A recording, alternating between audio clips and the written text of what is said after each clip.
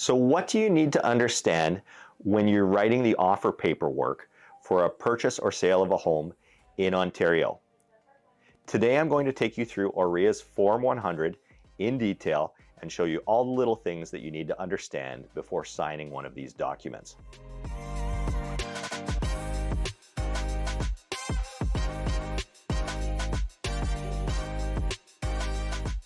Hey, it's Nick Funditis here from Royal LePage Performance Realty in Ottawa. I'm the lead agent on the Nick Funditis team.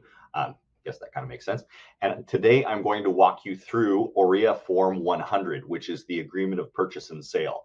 This is what people know as an offer. So when you make an offer on a property through organized real estate, so if you're working with a realtor, this is the form we use for residential property. Now, there's a very similar one that we use for condominium properties. I will cover that in another video at some point in the future. But for now, just know that the main differences in that one are simply like spots for information on the condo. So the condo corp number, what kind of utilities and things like that are included with the condominium. But the broad strokes of it are very similar to this document. So if you've only found this video, this will give you a lot of information for that one too. So it is important to know what you are signing when you sign one of these, which is why I'm creating this for you. And let's start with the top. So on the first page, you've got the date. So the 17th of August is what I've written in here. That simply refers to the date that the offer is made, and any counter offers that we do on this with the sellers. It will keep that date, even if we end up negotiating over the course of a couple of days. And anything we attach to this refers to that date on this too. That's the way we know it belongs to this offer. So we've got our buyers, that's James and Pamela. We've got their full names, not just Jim and Pam. And then the sellers in this case are Mark and Mary Messier. So the real property, it's the property that's being offered upon, is 628 Gaines Drive in Ottawa. We identify it that way. We identify the lot size, and we also identify the legal description of the property. And then below that, we have the purchase price. That would be a pretty good price for this property in Ottawa right now.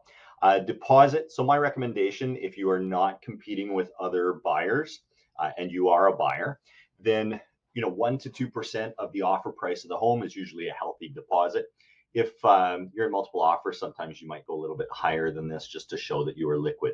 Now, that's a rule of thumb for Ottawa. It works pretty well, but you're going to find that it's very different across different parts of Ontario. And then below that is Friendly Realty Incorporated. So that is the name of the fictitious listing brokerage that I've put into here. And so when the offer is accepted, the buyers will need to cut a check for $20,000 and send it to Friendly Realty. Now, it doesn't have to be a check.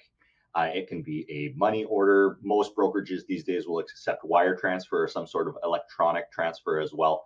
So you have lots of options these days. Further down, we see that Schedule A is attached. So there is an appendix to this offer, and that's where our various clauses and conditions are written in. And then there's the irrevocability. So in this fictitious transaction, I'm representing the buyer. It's very similar if you're representing the seller as well. But the irrevocability is how long the offer is extended for that it cannot be taken back.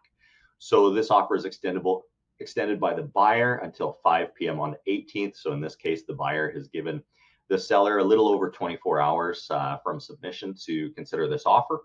And if it is not accepted in that time, then the offer becomes null and void. Now, if the seller counter offers back to the buyer, they might change some of the items in here to extend the timeline. Then there's the completion date. That's also known as the closing date. That's the day the buyer gets the keys. That's the day that the buyer's mortgage starts, is on the completion date. And in this case, we've asked for the 5th day of October. It's a spot for everyone to initial on the first page, and then we go on to page 2. So page 2 starts with notices. There are official ways for the buyer and seller's realtors to serve notices to each other. And in this case, they have put their emails to be those official channels. You'll notice that we've left the fax numbers blank, although there's some agents who will still put in fax numbers.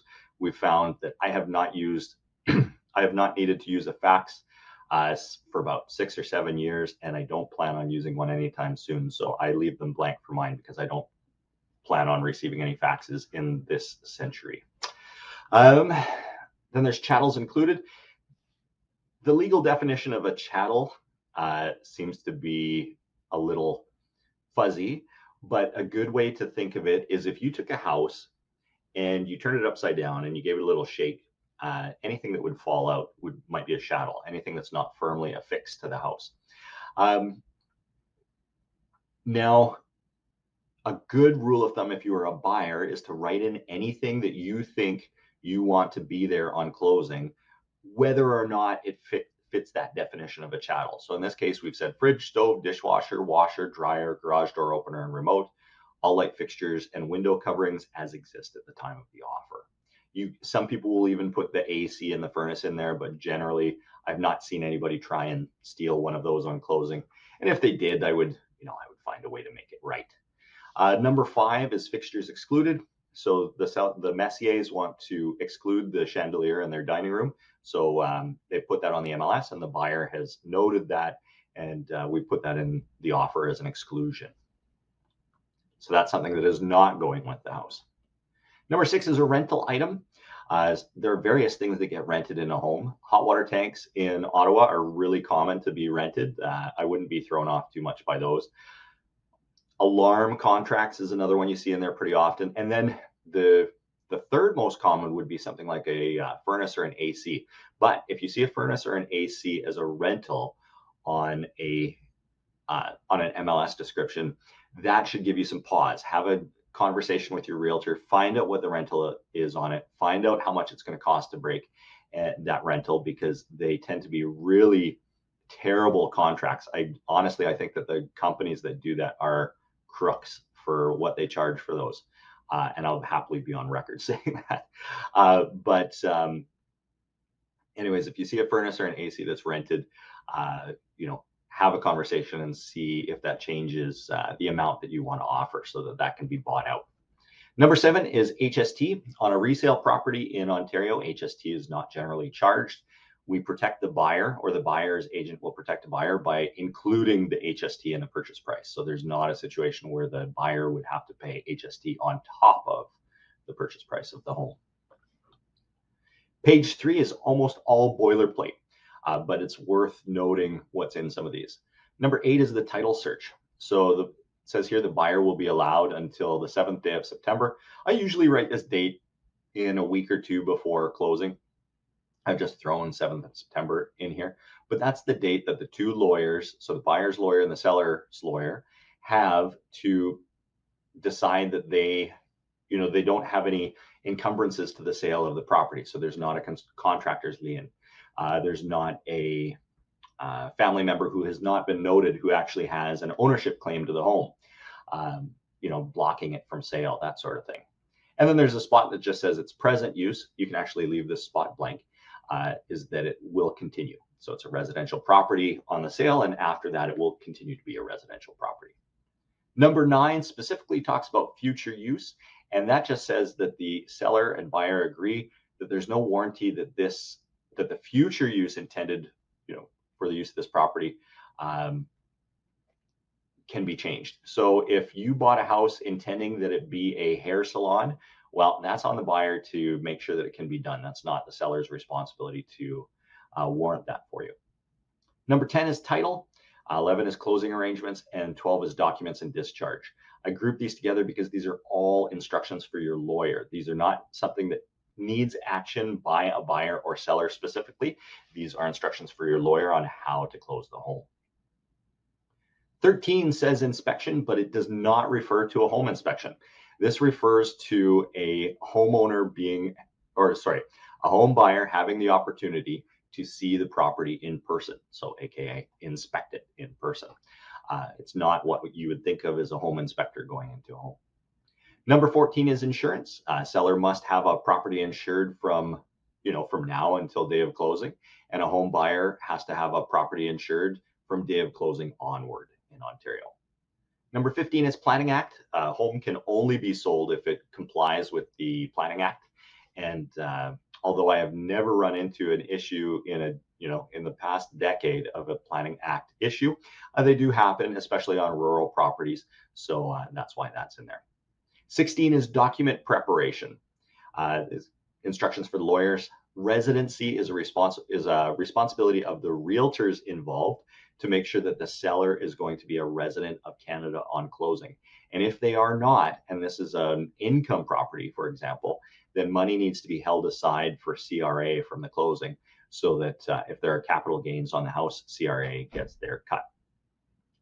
18 is adjustments. So on closing, if the seller has prepaid something like propane or property tax all the way through the end of the year, and in this example, Jim and Pam are going to close in October, they would pay back the seller for the extra propane, for that property tax that is in benefit of them, by taking possession partway through the year. 19 is property assessment. Buyer and seller both acknowledge that we use something called MPAC, Municipal Property Assessment Corporation of Ontario, to determine property values for tax purposes, and that's how your tax is calculated. There are some great videos on YouTube about how exactly your property tax is calculated. It's worth looking up. 20 is time limits. Time shall in all respects be of the essence. That just means if we put a deadline in this offer, so that for example, the irrevocability that the buyer or the seller needs to respond by 5 p.m. tomorrow, then the seller needs to respond by 5 p.m. tomorrow if they're planning on accepting this offer as written. Now, if you counteroffer, you can extend that deadline. Tender, we're using Canadian money. Family Law Act wouldn't come into play on this offer, but if you had a spouse who was a non-owner spouse, so say if Mary Messier was the spouse, but she did not own the property. So if Mark bought it before they got married, I guess, and they moved, Mary would have to sign off as the non-owner spouse in order for the property to be allowed to be sold. UFI stands for Urea Foam Formaldehyde Insulation. That's number 23. And this is just saying it's a type of insulation that we don't use anymore. It contains formaldehyde, that's why it's dangerous. But if you are a seller and you know that you have UFI in your home, or you've insulated with UFI for some reason, you need to notify, there's a disclosure that you have to make that it's in the home. And so this clause just says that the seller is warranting that there is not UFI in the home. It's quite uncommon in Ottawa. I've only run into it a couple of times, and that's over, I don't know, a few thousand homes we've looked at. So it's pretty unusual. 24, legal, accounting, and environmental advice. So as a realtor, we are trained in, negotiation, figuring out property values, putting together an agreement of purchase and sale, listing homes. But we're not lawyers, we're not accountants, we're not home inspectors. It's just saying that, that's not the kind of advice we give. Consumer reports. I've said this in a couple other documents, but the listing brokerage may run a credit check on the buyer, and this is notifying the buyer that could happen.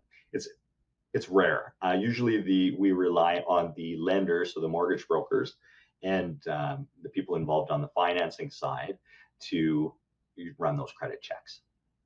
Agreement in writing.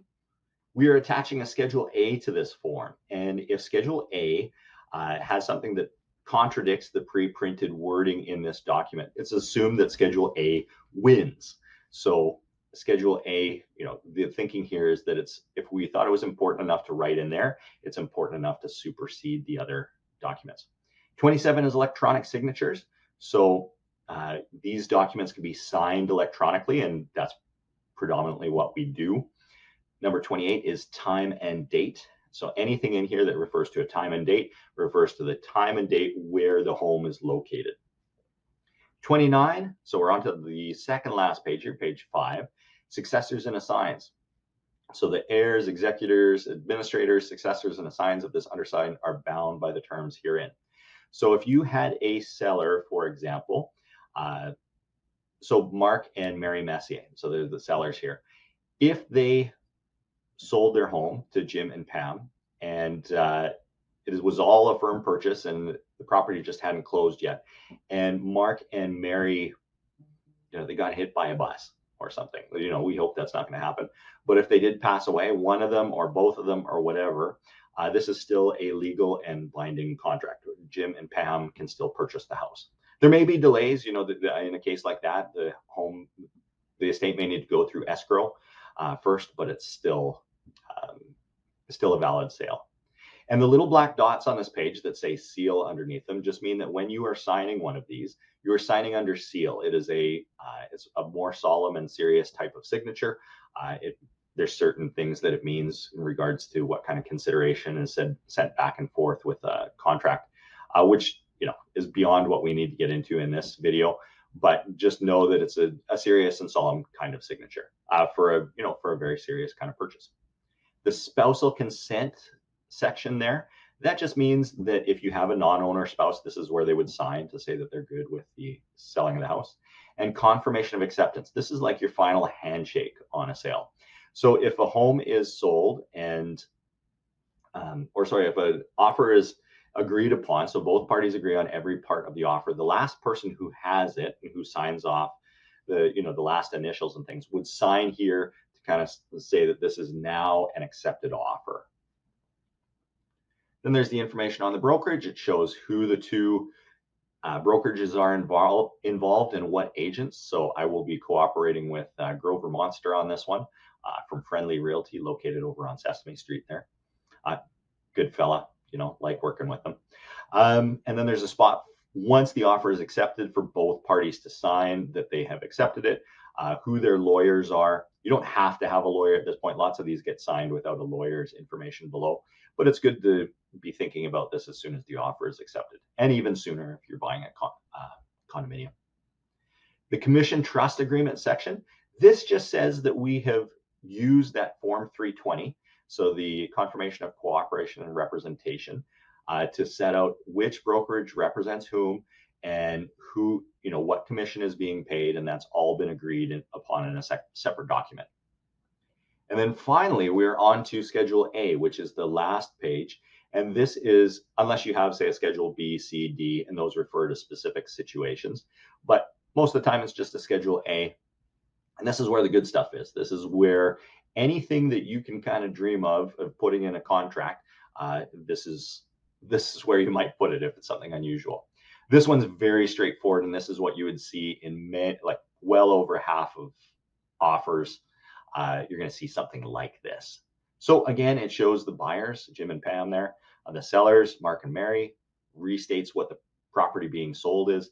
And then the first paragraph, buyer agrees to pay the balance of the purchase price. All the other language that goes behind it just says, on closing, the buyer is going to pay for the home. The second paragraph contains the conditions. So these are the conditions that the buyer must fulfill. Otherwise, they may be able to walk away. And these conditions can be anything that the two parties can agree on. But what we have here is two very common conditions. So number one is the buyer arranging at the buyer's sole expense financing for the property satisfactory to the buyer in the buyer's sole and absolute discretion. Number two, the inspection of the subject property by a home inspector at the buyer's own expense, the obtaining of a report satisfactory to the buyer in the buyer's sole and absolute discretion. All that these means is that the buyer has time to arrange financing and time to get a home inspection on the property. And the only person that has to be satisfied with the results of that financing and the results of that inspection is the buyer. So it's not me, it's not Grover on the other side there, it's not the Messiers, it's just Jim and Pam in this example. They have until 9 p.m. on August 22nd to do this. And if they don't do it by August 22nd and notify the buyer or notify the seller, the purchase dissolves. So it's as if this offer never existed, and they would get their deposit back. Now, if they fulfill conditions, they'll have one more form we'll cover in another video called a Notice of Fulfillment of Conditions, and that makes a firm sale. And then we'll talk about what happens next, and you can see that in our other educational videos here. The seller represents and warrants that the chattels and fixtures as included in this agreement of purchase and sale will be in good working order and free from all liens and encumbrances on completion. So in layman's terms, this means your chattels, so say your dishwasher, for example, is going to be in working order on closing day. It is not going to, nobody's going to owe any money to the brick on it, if it was bought on a purchase plan or something. And that is only warranted as being working on closing day. Closing day plus one, it is not the seller's problem anymore. So this is buyers. This is why it's important to go do a final walkthrough. Just have a quick look at those appliances, make sure that they seem to be in working order, and that they are the same ones that you agreed to purchase when you bought the house. And then the final paragraph just says, the buyer shall be allowed one further visit to the property prior to completion of this agreement and following removal of all conditions. This is what is traditionally known as a final walkthrough. We have said that it is, to measure for furniture and decorations, but it really is just like a last visit to the house. By the time you do a final walkthrough, I recommend doing them in kind of the last week before closing, so you're seeing more or less what the final state of the home is. Just to quickly check out the house, and at that point you've bought the purchase firm. So unless something serious has happened, you're not going to be walking away from the purchase, but it gives you the heads up to solve any issues that you might notice. So for example, if we've directed the seller to do a repair on the home before closing, that's a good time to check whether that repair has been done. That's all for the agreement of purchase and sale. If you have any questions, and I literally mean any questions, there's no dumb ones, about specific parts of this, give me a shout. You can reach me at nick@nickfunditis.ca, or you can find all my contact details at nickfunditis.ca. We might have another video for it somewhere on YouTube. We've got a really great library on here. And I am happy to get your questions. The team and I love answering them. That's part of what we do to make sure that homeowners and home buyers in Ottawa and in all of Ontario are making good decisions about purchasing or selling their home. I hope you enjoyed it. I hope you found this useful, and we'll see you in a future video. Bye for now.